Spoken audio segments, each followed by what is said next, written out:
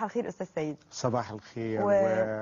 وكالعادة بحب أصبح على الشعب العربي، أصبح على شعب مصر وجمال شعب مصر، شعب الثورة، وعلى أهلي وأحبابي في مدينة بورسعيد وأم الشهيد. ربنا يصبرك يما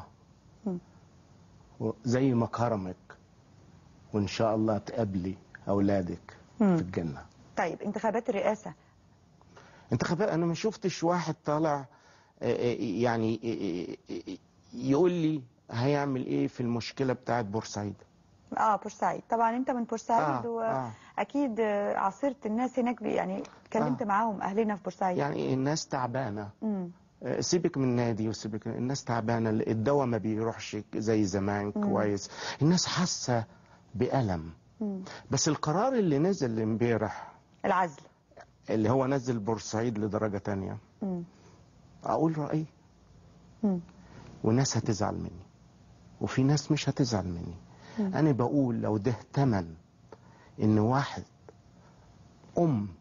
شهيد قلبها يطرب كده من اللي حاسه بيه، انا اخد اكتر من 10 سنين.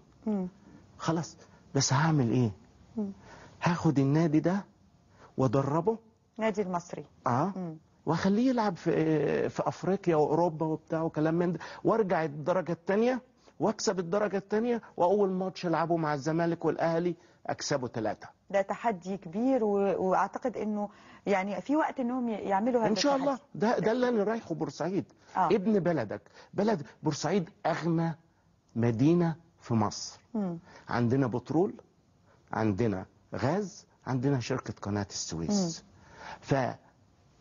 دي قانون نزل، انا هحترم القانون، بس برضه احترموا القانون بتاعنا اللي هو النادي المصري بقى في الدرجه الثانيه. لا، انا عاوز نسبه الضريبه، ضريبه المدينه من قناه السويس، يعمل المجاري ويعمل خدمات في المدينه. نسبه. انت شركه بترول في بورسعيد، طب ما تعمل، من حقي اللي انت تعمل الطرق. الطرق مكسره، يعني انت بتاخد في بطن بلدي بترول وما تعمليش المواصلات وبتاع، وانت الغاز طالع من عندنا. فحقق القانون، انا همشي على القانون اللي المصري نزل. خلاص، قانون مصر ونحترم القانون، بس بالله عليك العدل.